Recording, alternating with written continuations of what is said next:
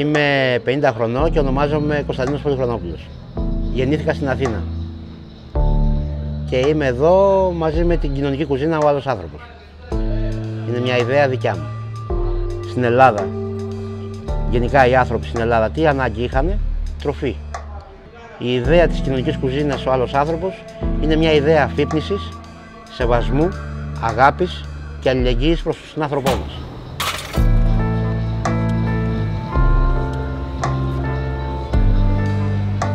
For all. Free food for all. Solidarity, respect and love for all people.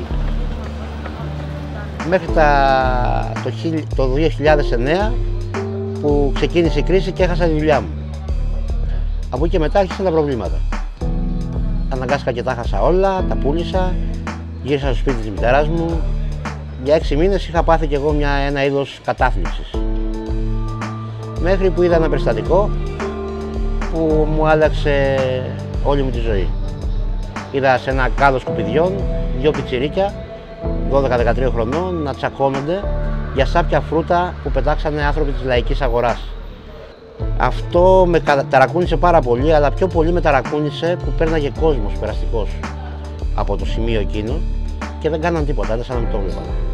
Η διαφορία του κόσμου δηλαδή με έκανε να κουνηθεί ολόκληρο το μυαλό μου, να πάρει ανάποδες στροφές. Και αποφάσισα κάτι να κάνω γι' αυτό. Και έτσι μου γεννήθηκε η ιδέα του άλλου ανθρώπου.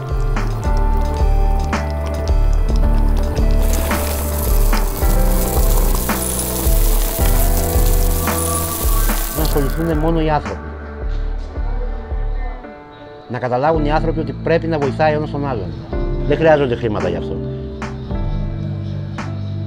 Εσύ μπορείς να μου φέρεις ένα πακέτο μακαρόνια, η άλλη μπορεί να μου φέρει λίγο λάδι, ο άλλος μπορεί να μου φέρει ένα πελτέ, ένα κρεμμύδι και αυτά τα πράγματα τα φέρουμε, να τα μαγειρέψουμε και να φάμε όλοι μαζί. Με προτεραιότητα τους ανθρώπους που έχουν ανάγκη.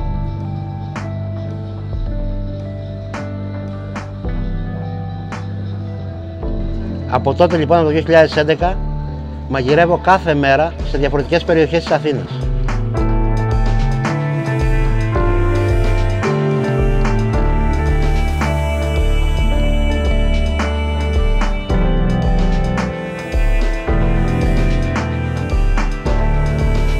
Στο τέλος του μαγειρέματος, όταν βλέπεις ότι η κατσαρόλα είναι άδεια, αισθάνεσαι και βλέπεις άνθρωπους που δεν τους ξέρεις και έρχονται και σε αγκαλιάζουν, σε φιλάνε, σου λένε ευχαριστώ, σου χαμογελάνε. Παίρνεις πολύ αγάπη και πολύ ενέργεια.